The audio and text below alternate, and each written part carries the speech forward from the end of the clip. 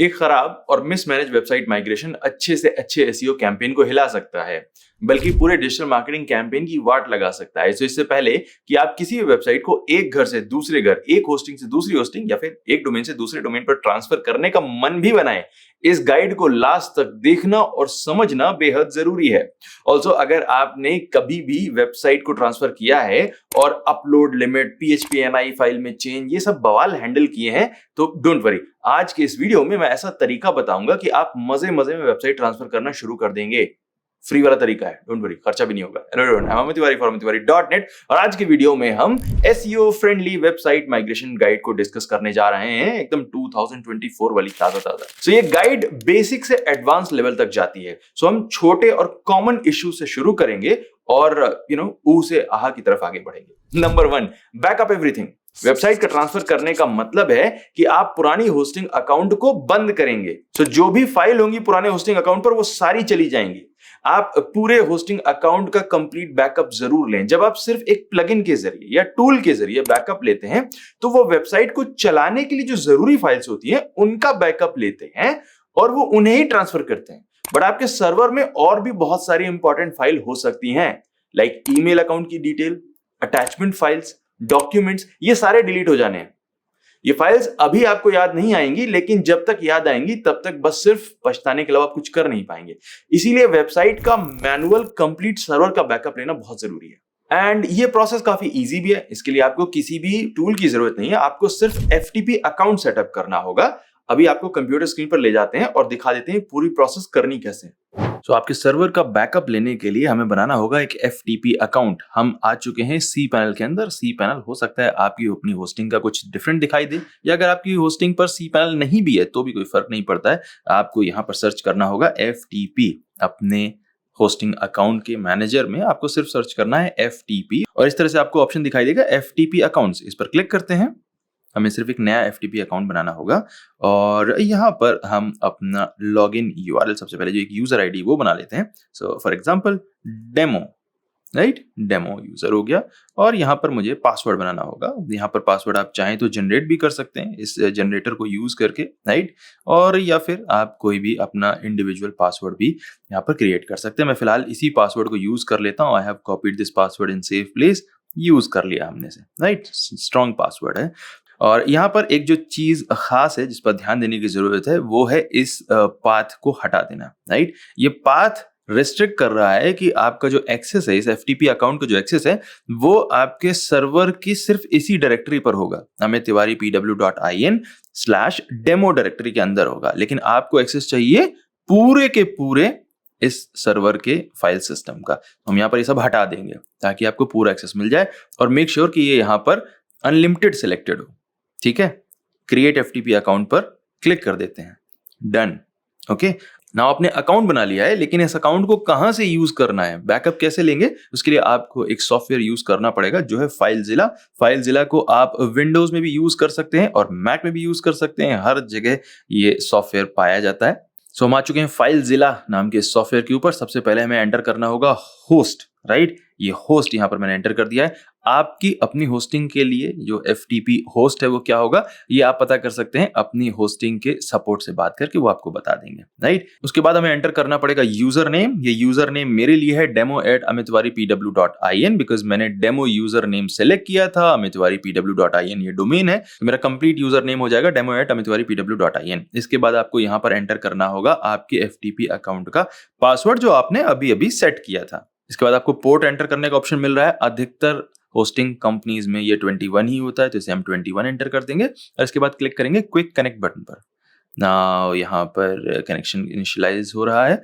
यहाँ पर ये ऑलरेडी सर्टिफिकेट के लिए आपको एक्सेप्ट करने का एक विंडो मिल सकता है। इस तरह से क्लिक करिए ओके पर, जो भी आता है ओके पर क्लिक कर दीजिए एंड देन यहाँ पर आपका जो कनेक्शन है वो सक्सेसफुल हो चुका है, राइट। सब कुछ सक्सेसफुल हो गया, कुछ भी करने की जरूरत नहीं है आपको। नाउ जैसे ही आपकी होस्टिंग अकाउंट से कनेक्शन सक्सेसफुल हो जाता है, यहाँ पर आपको इस तरह से आपके होस्टिंग अकाउंट के सारे की सारी जितनी भी फोल्डर्स हैं वो यहाँ पर दिखाई देंगे। ओके, सब यहीं से दिखाई दे रहे हैं, कहीं पर भी किसी और चीज पर जाने की जरूरत ही नहीं है, राइट। अब हमें क्या करना है, हमें इन सारे के सारे फोल्डर्स का बैकअप लेना है। तो हम यहाँ पर एक फोल्डर बना लेते हैं ओके, कोई भी एक फोल्डर बना लेते हैं। यहाँ पर किसी भी खाली जगह पर आप राइट क्लिक करिए और इसके बाद क्रिएट डायरेक्टरी बटन पर क्लिक कर दीजिए और यहाँ पर हम कर देते हैं सर्वर बैकअप और यहाँ पर हम टाइप करते हैं सर्वर बैकअप और क्लिक कर देंगे ओके बटन पर। ये फोल्डर यहाँ पर बन चुका है सर्वर बैकअप। इसके अंदर आ जाते हैं डबल क्लिक करके एंड देन इसके बाद हम चाहते हैं कि सारे के सारे जितने भी फोल्डर्स हैं उन सब का बैकअप ले लें, राइट। तो यहाँ पर मैं क्लिक करूंगा पहले फोल्डर पे, शिफ्ट प्रेस करूंगा, नीचे आया, स्क्रॉल किया एंड देन लास्ट फाइल को सिलेक्ट कर लिया, ठीक है।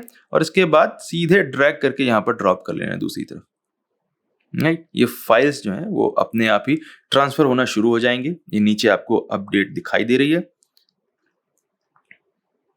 आप देखिए कितनी फाइल क्यूड हैं और कितने ट्रांसफर हो रही हैं फाइल, ये सब आपको यहाँ पर इंफॉर्मेशन मिलती जाएगी।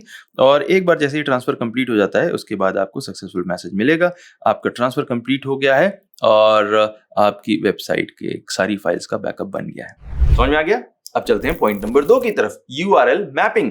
अपनी वेबसाइट के इंटरनल लिंक स्ट्रक्चर और एक्सटर्नल लिंक के इंफ्रास्ट्रक्चर की सलामती के लिए आपको पूरी वेबसाइट को क्रॉल करके उसे सेव करना होगा।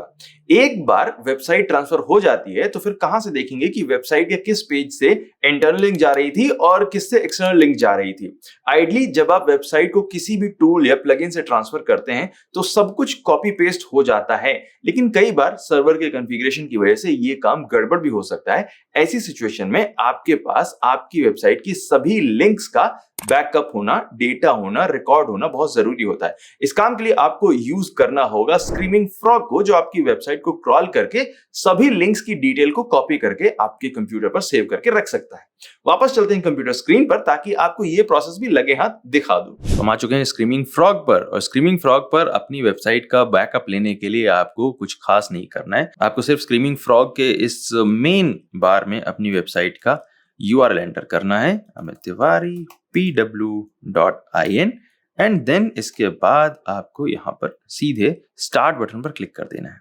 स्क्रीमिंग फ्रॉग आपकी वेबसाइट को क्रॉल करना शुरू करेगा और ये क्रॉलिंग कितना टाइम लेगी ये डिपेंड करता है आपकी वेबसाइट के साइज के ऊपर। सो आपको वेट करना पड़ेगा जब तक आपकी वेबसाइट पूरी तरह से क्रॉल हो रही है, लेकिन जैसे ही पूरी वेबसाइट क्रॉल हो जाती है उसके बाद आपको आना है फाइल मेन्यू के ऊपर। फाइल मेन्यू पर आने के बाद आपको क्लिक करना है इस एक्सपोर्ट बटन पर, राइट। और एक्सपोर्ट बटन पर आपको जिस भी फोल्डर में आपको जाना है वहां पर आप जाएं और ये फाइल ऑलरेडी नाम यहां पर मिल चुका है। अगर आप इस नाम को चेंज करना चाहते हैं तो आप चेंज कर सकते हैं, अदरवाइज फाइल का नेम यहां पर है और DB SEO स्पाइडर नाम का ये फाइल एक्सटेंशन है, इसको आपको चेंज नहीं करना है। क्लिक करिए सेव बटन पर और आपकी वेबसाइट का जितना भी क्रॉलिंग डेटा क्रॉल किया हुआ है स्क्रीमिंग फ्रॉग ने वो सारा का सारा सेव हो जाएगा। नाउ ये एक डमी वेबसाइट है इसीलिए बहुत जल्दी यहाँ पर सब कुछ हो गया है, बट जितनी भी आपकी लिंक्स हैं वो चाहे इंटरनल लिंक्स हो या वो एक्सटर्नल लिंक हो या वो कितना भी अलग अलग टाइप का जो भी कंटेंट है वो सब कुछ यहाँ पर सेव हो जाएगा। वैसे स्क्रीमिंग फ्रॉग सिर्फ आपके इंटरनल और एक्सटर्नल लिंक को ही सेव नहीं करता है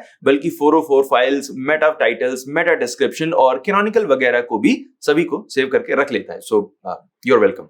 ये वीडियो बहुत एजुकेशनल है, लेकिन इस एजुकेशन को आप कितना रिटेन करते हैं, कितना ज्यादा याद रख पाते हैं और कितना आपको समझ में आया है, ये टेस्ट करने का तरीका बहुत सिंपल है। ऑफिशियल ऐप को इंस्टॉल करिए, उसमें दिए हुए क्विज को एक बार उसमें पार्टिसिपेट करिए और चेक करिए कि आप सारी इंफॉर्मेशन को रिटेन कर पाए हैं या नहीं। ऐप के लिंक आपको इस वीडियो के डिस्क्रिप्शन में मिलेंगे। Now point number 3, URL structure. Hosting transfer करते वक्त आप फाइल्स और डेटाबेस को मूव करते हैं, लेकिन आपके URL का स्ट्रक्चर क्या होगा ये आपके वर्डप्रेस के इंस्टॉल होते वक्त परमालिंक सेटिंग से डिसाइड होता है। सो वेबसाइट को ट्रांसफर करने से पहले आपको वर्डप्रेस वेबसाइट के डैशबोर्ड में परमालिंक सेटिंग्स में जाकर सेटिंग्स को इस तरह से कॉपी करना होगा और फिर डेस्टिनेशन जहां पर आपको वर्डप्रेस वेबसाइट को मूव करना है वहां पर लॉगिन करके यही सेटिंग्स पेस्ट कर देनी होगी, जिससे URL स्ट्रक्चर नया ना हो जाए, पुराने जैसा ही बना रहे। और ये काम आपको वेबसाइट को ट्रांसफर करने से पहले करना है, बाद में नहीं करना है। And as I said earlier, plugins आपकी वेबसाइट को चलाने वाली फाइल्स को ही मूव करते हैं। सो कुछ बेहद important but out of the website files का मैनुअल बैकअप लेना जरूरी बन जाता है। इन फाइल्स को एक एक करके समझते हैं। पॉइंट नंबर 4 आ जाता है साइट मैप। आपका साइट मैप आपका SEO प्लगइन बनाता है और वो एक्चुअली में कहीं सेव नहीं होता है, सिर्फ सेटिंग्स में होता है। सो वेबसाइट माइग्रेट करने से पहले आपको जस्ट इन केस के लिए अपने करंट साइट मैप फाइल्स को, एक नहीं होती बहुत सारी फाइल्स होती है ना, उन सभी को सेव कर लेना चाहिए और ये काम मैनुअली करना पड़ेगा। एंड एक्चुअली में बहुत सिंपल है, आपको सिर्फ साइट मैप URLs को एक एक करके विजिट करना है, जब एक बार ब्राउजर में ओपन हो जाए तो कंट्रोल एस या फिर कमांड एस प्रेस करना है अपनी कीबोर्ड पर और साइट मैप्स को एज इट इज सेव करते जाना है। सिर्फ साइट मैप इंडेक्स वाली फाइल को नहीं सेव करना है, साइट मैप इंडेक्स पर जितने भी यूआरएल आपको दिखाई दे रहे हैं सबको एक एक करके विजिट करना है, कंट्रोल एस करके या कमांड एस करके सेव करते चलते जाना है। अपने कंप्यूटर पे इन्हें सेव करके रखिए। हो सकता है कि आपकी नई वेबसाइट पर आपका एसईओ प्लगइन सबको सही से बना लेगा, लेकिन अगर नहीं बना पाता है तो आपके पास एटलीस्ट बैकअप रहेगा। Number 5, robots.txt। ये फाइल आपका माइग्रेशन प्लगइन में भी माइग्रेट ना करे। कुछ प्लगइन्स कर लेते हैं, कुछ नहीं करते हैं, लेकिन ये फाइल इतनी ज्यादा जरूरी है ये जानने के लिए आपको इस वीडियो को देखना चाहिए। अगर आपको नहीं पता है, अगर आपको पता है तो मुझे एक्सप्लेन करने की जरूरत नहीं कि robots.txt कितनी जरूरी है। कॉम्प्लेक्स वेबसाइट्स में robots.txt के रूल अगर एक दिन के लिए भी अलग हो जाते हैं तो हो सकता है कि आपकी जिन फाइल्स को गूगल को कभी भी क्रॉल नहीं करना था उन्हें वो क्रॉल करके इंडेक्स भी कर ले। जब आपकी सारी सेटिंग सही होती है तो गूगल बॉट सो रहा होता है, लेकिन जैसे ही गड़बड़ होती है ना वो गूगल बॉट ज्यादा एक्टिव हो जाता है और तुरंत ही आकर क्रॉल कर लेता है। मजाक की बात है, लेकिन सही बात यह है कि जब भी आप होस्टिंग अकाउंट को चेंज कर रहे हैं तो गूगल बॉट आपकी वेबसाइट को एग्रेसिवली क्रॉल करेगा। वो इस होस्टिंग के चेंज को नोटिस कर लेता है और आपकी वेबसाइट को एग्रेसिवली क्रॉल करने जा रहा है और सभी फाइल्स को, सभी डायरेक्टरीज को क्रॉल करने की कोशिश करेगा। इसीलिए अगर robots.txt की सेटिंग एक दिन के लिए भी गड़बड़ हो जाती है तो रिजल्ट जो है वो गड़बड़ हो सकता है। इसीलिए robots.txt को सेव कर लीजिए। txt फाइल है, तुरंत सेव हो जाएगी और नए सर्वर पर वेबसाइट को ट्रांसफर करने से पहले ही वहां पर इंप्लीमेंट कर देना है, पेस्ट कर देना है सिंपली। नॉर्मली कोई बहुत ज्यादा काम नहीं होने वाला है। अगर आपको नहीं पता है कि robots.txt फाइल को कैसे मैनुअली कॉपी पेस्ट करना है तो बड़ा सिंपल सा तरीका है। अपनी वेबसाइट का डोमेन नेम डालिए, इसके बाद /robots.txt लगाइए। ये जो कंटेंट सामने आपको दिखाई दे रहा है इसको कॉपी कर लीजिए किसी भी नोटपैड पर, नई वेबसाइट पर इसी को पेस्ट कर दीजिए। सिंपल तरीका है। Point number 6, htaccess file. ये फाइल आपके सर्वर की सेटिंग्स को अफेक्ट करती है, बहुत सारे दूसरे प्लगइन्स की सेटिंग को सेव करके रखती है। फॉर एग्जांपल आपकी जितनी परफॉर्मेंस प्लगइन्स हैं उनकी सारी सेटिंग्स htaccess फाइल पर ही आती हैं। प्लगइन सिर्फ यूजर इंटरफेस का काम करते हैं, आगे फ्रंट का काम करते हैं। वो एक्चुअली में सारे के सारे चेंजेस हैं, जो जितनी सेटिंग्स हैं वो सब htaccess फाइल में जाकर लिखते हैं और इसके बाद सर्वर आपका उन्हीं फाइल्स के दिए हुए सारे इंस्ट्रक्शन को फॉलो करता है। तो htaccess फाइल ही है जो आपकी वेबसाइट पर एक्चुअली परफॉर्मेंस एनहांसमेंट कर रही है। राइट, सो आपकी वेबसाइट की बेसिकली जो पूरा फंक्शन है ना उसको डायरेक्टली अफेक्ट करती है htaccess फाइल। सो इसका भी आपको बैकअप लेना जरूरी है क्योंकि जितने भी माइग्रेशन प्लगइन है वो इस फाइल को भी बैकअप करके रिस्टोर नहीं करेंगे। इसका तरीका बड़ा सिंपल है, आपको जाना होगा अपनी वेबसाइट के होस्टिंग अकाउंट के फाइल मैनेजर पर और ये प्रोसेस बड़ा सिंपल हो जाता है। मैं अभी आपको कंप्यूटर स्क्रीन पर चलकर फिर से दिखा देता हूं। चलते कंप्यूटर स्क्रीन पर 1 मिनट के लिए, तुरंत आना होगा इसी वीडियो पर। htaccess फाइल का बैकअप लेने के लिए आपको जाना होगा अपने होस्टिंग अकाउंट पर। मैं अभी भी एक टैब में cPanel को ओपन करके बैठा हुआ हूं तो मैं वापस जाऊंगा cPanel पर और यहां पर मुझे सेलेक्ट करना होगा फाइल मैनेजर। फाइल मैनेजर वो ऑप्शन है जहां से मुझे मिल सकती है मेरी htaccess फाइल। यहाँ पर हम आ गए हैं और अब हम जाते हैं अमित तिवारी pw.in पर, बिकॉज यही वो फोल्डर है जहां पर मेरी वेबसाइट है। अगर आपको आपकी वेबसाइट का फोल्डर यहाँ पर इस तरह से नहीं दिखाई देता है तो आप पब्लिक HTML फोल्डर में भी जाकर ढूंढ सकते हैं, वहां पर भी आपको आपकी वेबसाइट की फाइल्स मिल सकती हैं। But right now in this case हम जाएंगे अमित तिवारी pw.in नाम के फोल्डर पर और यहाँ पर देखते हैं htaccess फाइल है कहाँ जिसको बैकअप ले लें। देख तो रही नहीं है, राइट, कहीं नहीं है। क्यों नहीं है? बिकॉज ये एक हिडन फाइल है। इट्स सो इंपॉर्टेंट कि होस्टिंग अकाउंट्स बाय डिफॉल्ट इसे छुपा कर रखते हैं और इस छुपी हुई फाइल को देखने का तरीका है ऊपर इस सेटिंग्स नाम के बटन पर क्लिक करना है। इस पर क्लिक करते हैं और यहाँ पर शो हिडन फाइल्स नाम का ये ऑप्शन दिखाई दे रहा है, इसके ऊपर क्लिक कर देते हैं और फिर क्लिक करेंगे सेव बटन पर और अब ये विंडो रिफ्रेश होगी और htaccess फाइल आपको दिखाई दे जाएगी। वेरी गुड, इसे सेलेक्ट रहने देते हैं और क्लिक करते हैं डाउनलोड बटन पर और ये htaccess file as it is आपके कंप्यूटर पर डाउनलोड हो जाएगी। इसे संभाल कर रखिए, आगे काम आ सकती है। Point number 7, server response time. ये वो रिस्पॉन्स टाइम है जो आपकी वेबसाइट और आपके होस्टिंग दोनों के कॉम्बिनेशन को मिलाकर गूगल बॉट को मिलता है। सर्वर रिस्पॉन्स टाइम जब गूगल सर्च कंसोल में मेजर किया जाता है तो ये वो टाइम है जितने टाइम के अंदर गूगल बॉट को आपकी वेबसाइट के सर्वर से रिस्पॉन्स मिलना शुरू हो जाता है। अगर गूगल बॉट किसी एक फाइल को एक्सेस करना चाहता है आपके सर्वर पर तो फाइल को डाउनलोड करने का टाइम नहीं है, डाउनलोड शुरू होने का टाइम है। और ये जो टाइम होता है ये हमेशा मिली सेकेंड्स में मेजर किया जाता है, आपको गूगल सर्च कंसोल में इस रिपोर्ट में दिखाई देता है।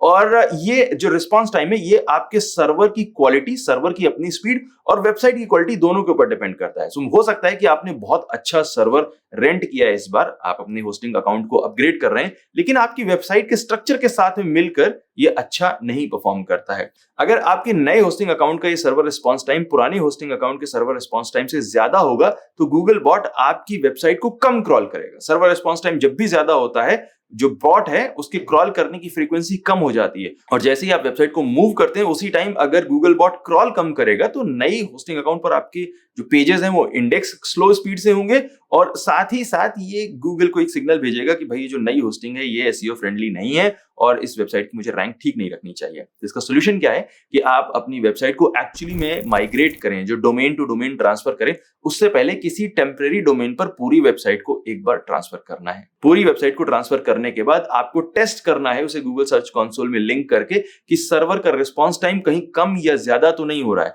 अगर आपकी पुरानी होस्टिंग के अकाउंट के कंपैरिजन में अभी नई होस्टिंग अकाउंट का सर्वर रिस्पॉन्स टाइम कम है तो अच्छी बात है, पूरा फाइनल माइग्रेशन कर लीजिए। लेकिन अगर वो रिस्पॉन्स टाइम ज्यादा है तो आपको अपनी वेबसाइट के या तो इस सर्वर को और ज्यादा अपग्रेड करने की जरूरत है या फिर वेबसाइट का स्ट्रक्चर ठीक करने की जरूरत है, डेवलपर के साथ में, डिजाइनर के साथ में बैठने की जरूरत है, ताकि आप सर्वर रिस्पॉन्स टाइम को पुरानी होस्टिंग के साथ में या तो मैच करें या कम करें, ज्यादा नहीं होना चाहिए, अदरवाइज ये नया सर्वर आपकी वेबसाइट के एसईओ को दोबारा से नुकसान पहुंचा सकता है। Point number 8, www।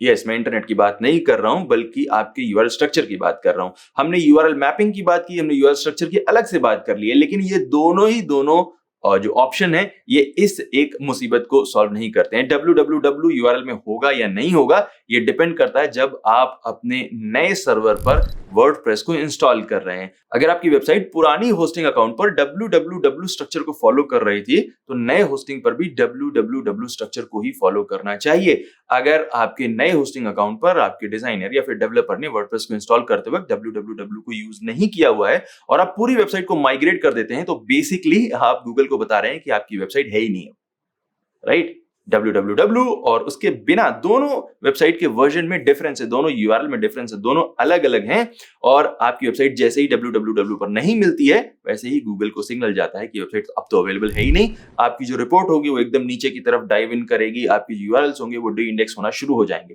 नाउ इसका सोल्यूशन ये नहीं है कि आप नई वेबसाइट पर एक रीडायरेक्ट लगा दें और नॉन www यूआरएल्स को www पर रीडायरेक्ट कर दें। This is not a good solution, क्योंकि जब आप किसी भी यूआरएल को इस तरह से रीडायरेक्ट करते हैं तो आप 5-10% एसईओ वैल्यू को लूज कर रहे हैं, और पूरी वेबसाइट पर 5-10% एसईओ वैल्यू को क्यों लूज करना है? इसके करेक्शन का एक ही तरीका है, एक्चुअली में आपको www वाला एक नया इंस्टॉलेशन करना चाहिए और उसमें वेबसाइट को माइग्रेट करना चाहिए। अगर आप माइग्रेशन से पहले ये गाइड देख रहे हैं तो जस्ट एक बार जाकर देखिए कि आपका जो नया सर्वर है वो www पर इंस्टॉल हुआ है या नहीं हुआ है। Okay, point number 9, actual migration. ये सारी तैयारी हो गई है, लेकिन ये सारी तैयारी धरी की धरी रह जाएगी अगर जब आप माइग्रेट कर रहे हैं वेबसाइट को एक होस्टिंग से दूसरी होस्टिंग पर ला रहे हैं उस टाइम फाइल्स में, सेटिंग्स में या फिर एक्चुअल माइग्रेशन में कुछ गड़बड़ हो जाती है। इसीलिए हमें एक भरोसेमंद प्लगइन की जरूरत होती है। कई साल पहले मैंने इस काम को करने का एक मैनुअल तरीका डिस्क्राइब किया था जिसे बहुत लोगों ने पसंद किया। आज भी उस वीडियो पर सबसे ज्यादा कमेंट्स आते हैं, लेकिन अगर उससे भी आसान तरीका मैं बता दूं तो भरोसेमंद, उससे भी ज्यादा भरोसेमंद तरीका ये खास प्लगइन है माइग्रेट गुरु, जो आपकी पूरी वेबसाइट को माइग्रेट कर लेता है बिना किसी अपलोड लिमिट, PHP-NI फाइल या PHP सेटिंग्स में घुसने और उन्हें ढूंढने और सॉल्व करने के। और ये आसान इसलिए होता है बिकॉज ये प्लगइन्स आपकी वेबसाइट की फाइल को उठाकर दूसरी वेबसाइट में बिना किसी सरदर्द के डाल सकता है। कुछ भी नहीं करना, प्लगइन फ्री है और तरीका बड़ा सिंपल है। आपको दोनों वेबसाइट पर इस प्लगइन को इंस्टॉल, मैं बता क्या रहा हूं, चलते हैं कंप्यूटर स्क्रीन पर अगेन एक बार चलते हैं और फिर से इस प्रोसेस को देख लेते हैं, प्रॉब्लम सॉल्व हो जाएगी। इस एक्चुअल माइग्रेशन को दिखाने के लिए हमने क्रिएट की हैं दो वेबसाइट, एक है source.aimclass.net और दूसरी है destination.aimclass.net। दोनों वेबसाइट्स को एक बार देख भी लेते हैं ये कैसी लग रही हैं। सबसे पहली वेबसाइट सोर्स वेबसाइट, जहां से हम वेबसाइट को ट्रांसफर करेंगे इस डेस्टिनेशन पर। तो जो हमारी सोर्स वेबसाइट है source.aimclass.net, ये कुछ इस तरह से दिखाई दे रही है। वेल मेड डेमो वेबसाइट है, राइट? इमेजेस भी हैं, यूआरएल स्ट्रक्चर भी है और यहाँ पर एक बहुत हैवी सा हीरो इमेज भी है जो कि लोड होने में बहुत टाइम ले रहा है, but it's fine I guess, right? Demo का पर्पस है टफ डेमो दिखाना है। ओके, इसके बाद देख लेते हैं हमारा जो डेस्टिनेशन वेबसाइट है वो कैसी दिखाई दे रही है आखिर। सो इसे एक बार विजिट करके देखते हैं डेस्टिनेशन वेबसाइट कैसी है। ओके, डेस्टिनेशन वेबसाइट एकदम सिंपल नॉर्मल, ये जो टेम्पलेट थीम मिलती है हमें क्लासिक वर्डप्रेस इंस्टॉलेशन के साथ में वो है, राइट? कुछ भी सेम नहीं है। तो हम प्रोसेस करते हैं इस ट्रांसफर को, राइट? नाउ अब हम इन दोनों वेबसाइट पर माइग्रेट गुरु प्लगइन को इंस्टॉल करेंगे। सबसे पहले मैं आता हूँ सोर्स वेबसाइट पर और प्लगइन के ऊपर होवर करता हूँ माउस और क्लिक करूंगा ऐड न्यू प्लगइन के ऊपर। यहां पर मैं सर्च करूंगा माइग्रेट गुरु, ये है वो प्लगइन। क्लिक करते हैं इंस्टॉल नाउ बटन पर। जब तक यहां पर इंस्टॉल हो रहा है मैं सेम प्रोसेस रिपीट कर लेता हूं हमारी डेस्टिनेशन वेबसाइट के ऊपर। यहां पर मैंने ऐड न्यू पर क्लिक किया, माइग्रेट गुरु सर्च करता हूं यहां पर और यहां पर भी इंस्टॉल नाउ बटन पर क्लिक कर लेता हूं। एक बार चलते हैं सोर्स वेबसाइट पर, यहां पर ये ऑलरेडी इंस्टॉल हो चुका है। क्लिक कर देते हैं एक्टिवेट बटन पर। ओके, एक्टिवेट हो रहा है यहां पर भी एक्टिवेट कर देते हैं। अब सोर्स और डेस्टिनेशन दोनों वेबसाइट पर माइग्रेट गुरु प्लगइन इंस्टॉल हो चुका है, राइट। करना कुछ नहीं है अब यहां पर आपको, प्रोसेस बहुत आसान है। सबसे पहले हमें जाना है डेस्टिनेशन वेबसाइट पर, ठीक है, सोर्स पर नहीं, डेस्टिनेशन वेबसाइट पर, जहां पर आप वेबसाइट को ले जाने वाले हैं। जो नया वर्डप्रेस इंस्टॉलेशन है वहां पर जाना है और इसके बाद नीचे यहां पर ईमेल वगैरह नहीं डालना है, यहां पर माइग्रेट की नाम के इस बटन पर क्लिक करना है, राइट। और यहां पर कॉपी की बटन पर क्लिक कर देना है। तो ये जो की है, ये सीक्रेट की है, ये कॉपी हो गई आपकी। ओके, अब आते हैं हमारी पुरानी वेबसाइट के ऊपर, सोर्स वेबसाइट के ऊपर, जहां से आपको वेबसाइट को ट्रांसफर करना है, बाहर निकालना है। यहां पर हमें सबसे पहले अपना ईमेल आईडी डाल लेते हैं। लेट्स से ytcomments@namittiwari.net, कोई भी ईमेल आईडी आप डाल सकते हैं। और इसके बाद यहां पर I agree to blog walls terms and condition, इसको बेसिकली टर्म्स एंड कंडीशन को आपको एक्सेप्ट करना है। क्लिक करिए माइग्रेट बटन पर। जैसे ही माइग्रेट बटन पर आप क्लिक करते हैं आपको एक नया विंडो देखने को मिलेगा, राइट। और यहां पर आपको अलग अलग ये होस्टिंग अकाउंट्स के बटन्स दिखाई दे रहे हैं, इस पर ध्यान देने की जरूरत नहीं है। अदर होस्ट पर क्लिक कर दो सीधे सीधे, क्योंकि प्रोसेस तो वन क्लिक वाला करना है ना। और यहां पर आपको सीधे सीधे पेस्ट कर देनी है अपनी की, अभी जो आपने यहां से कॉपी की थी, यहां से जो कॉपी की थी वही की यहां पर पेस्ट कर देनी है। उसके अलावा कुछ नहीं करना कहीं पर भी, सिर्फ क्लिक कर दो माइग्रेट बटन पर। डन। अब आपको बढ़िया सी कॉफी ऑर्डर करनी है या चाय ऑर्डर करनी है, नहीं ऑर्डर करनी है जोमेटो स्विगी पर, खर्चा नहीं करना है, अभी उन्होंने मार्केटिंग प्लान नहीं दिया है, तो बना लो खुद से जाकर किचन में, राइट। कुछ भी करो, योगा करो, कपाल भाती करो, थोड़ी देर न्यूज देख लो, कुछ नहीं जाओ यूट्यूब पर दूसरा कोई वीडियो ही देख लो हमारा, है ना। और इस प्रोसेस को अपने आप करने देते हैं। ये अपने आप सारी डिटेल्स को वैलिडेट करेगा। वैलिडेट करने के बाद फाइल्स को कॉपी करेगा और फाइल्स को कॉपी करने के बाद ये पूरा डन हो जाएगा प्रोसेस। देखिए विंडो चेंज हो गई। अब यहाँ पर फाइल्स को सबको कलेक्ट करेगा फिलहाल, एंड देन ये पूरा हो जाएगा। सो अभी मैं जा रहा हूँ कॉफी बनाने के लिए। आप लोग जो है आराम से बैठ के इस विंडो को देखिए। हम लोग थोड़ा एडिटिंग में फास्ट कर देंगे, लेकिन फिर भी आपको टॉर्चर करेंगे इससे। वैसे आप इस विंडो पर एक चीज अगर नोटिस करें तो आपको थोड़ा सा प्राउड फील होगा कि माइग्रेट गुरु जो एक इंडियन कंपनी है, ये Cloudways, dream host, liquid web, WP engine, flywheel, ये टॉप मोस्ट होस्टिंग कंपनीज हैं, इन सभी के माइग्रेशन वाले इंफ्रास्ट्रक्चर को सपोर्ट कर रहे हैं यही, राइट। ये जो आपको क्लाउडवेज पर फ्री माइग्रेशन सर्विस मिलती है, ड्रीम होस्ट पर या लिक्विड वेब पर या WP इंजन पर, वो बेसिकली उसे पावर कौन कर रहा है? माइग्रेट गुरु। तो ये जो टॉप क्लास होस्टिंग का फीचर है ये आपको फ्री में मिल रहा है। अभी तक तो कहीं पेमेंट विंडो की बात नहीं हुई, आपसे किसी ने अपलोड फाइल का साइज नहीं पूछा, किसी ने भी PHP फाइल के एडिटिंग की बात नहीं की, कुछ भी नहीं हुआ है। सिर्फ एक जगह से कॉपी आपने की है की और दूसरी जगह पेस्ट कर दी और आई एग्री बटन पर क्लिक कर दी, दैट्स इट। इतना ही काम हुआ है। और आप देखें ये सारे के सारे इन्फॉर्मेशन को कॉपी पेस्ट कर रहा है। रैंक मैथ की फाइल्स अभी ट्रांसफर की जा रही हैं, सारी फाइल्स ट्रांसफर हो चुकी हैं एंड ओके माइग्रेशन हो भी गया, राइट। बट मैं कहीं नहीं जाऊंगा, मैं किसी भी वर्डप्रेस में कहीं पर भी लॉगिन वॉगिन कुछ नहीं कर रहा हूँ। मैं सीधे आऊंगा डेस्टिनेशन वेबसाइट पर, destination.aimclass.net, राइट। इसको बस रिफ्रेश कर देता हूँ। अगर सब कुछ हो चुका है तो मेरी नई वेबसाइट पुरानी इसकी तरह जो दिखाई देनी चाहिए, राइट। ये रहा, ये वेबसाइट यहाँ थी वही यहाँ पर दिखाई दे रही है, राइट। कुछ भी नहीं किया, अपने आप पूरा का पूरा माइग्रेशन हो गया, राइट, जादू की तरह। अब सिर्फ एक डिफरेंस आएगा, और डिफरेंस ये आएगा कि यहां से आपसे लॉगिन इंफॉर्मेशन मांगेगा, क्योंकि जब आपने ट्रांसफर किया है तो आपके यूजर भी ट्रांसफर हो गए, तो जो इस वेबसाइट का लॉगिन था वही यहां पर आपको डेस्टिनेशन वेबसाइट पर देना पड़ेगा। सिर्फ इतना करना है, आपकी वेबसाइट ट्रांसफर हो गई, काम खत्म। तो अगर आपने ये 9 स्टेप कंप्लीट कर लिए हैं तो आपकी वेबसाइट माइग्रेट हो चुकी है अच्छे तरीके से। ना आपका एसईओ कैंपेन हिलेगा, ना डिजिटल मार्केटिंग कैंपेन हिलेगा, ना कोई दिक्कत होगी। जो दिमाग में शंका चलती रहती है ना कि पता नहीं मेरी वेबसाइट माइग्रेट होगी तो उसका एसईओ कहीं डूबेगा तो नहीं, ट्रैफिक तो नहीं जाएगा, कितने दिनों तक लॉस होगा। अरे भाई, अगर सब कुछ सही से करोगे तो लॉस होगा ही क्यों? लॉस के बारे में सोचना ही नहीं है। अगर आपकी वेबसाइट की होस्टिंग पुरानी वाली थी, वो स्लो थी, नई वाली अच्छी है, इंटरनल स्ट्रक्चर एकदम एक्यूरेट है, यूआरएल स्ट्रक्चर एक्यूरेट है, बैकलिंक का नुकसान नहीं हुआ है, तो आपकी वेबसाइट का एसईओ एक्चुअली इंप्रूव होगा, ट्रैफिक इंप्रूव होगा, कम नहीं होगा। एक भी दिन के लिए कम नहीं होगा, सिर्फ बढ़ेगा। ठीक है, सो इस गाइड को फॉलो करिए और अपनी वेबसाइट को जब भी माइग्रेट करना है प्रॉपर्ली माइग्रेट करिए। मिलते हैं अगले वीडियो में किसी और खास टिप या ट्रिक के साथ में। तब तक के लिए keep learning, keep watching. Thank you so much for watching this video. My name is Amit Tiwari from tiwari.net and I will see you next time. Take care.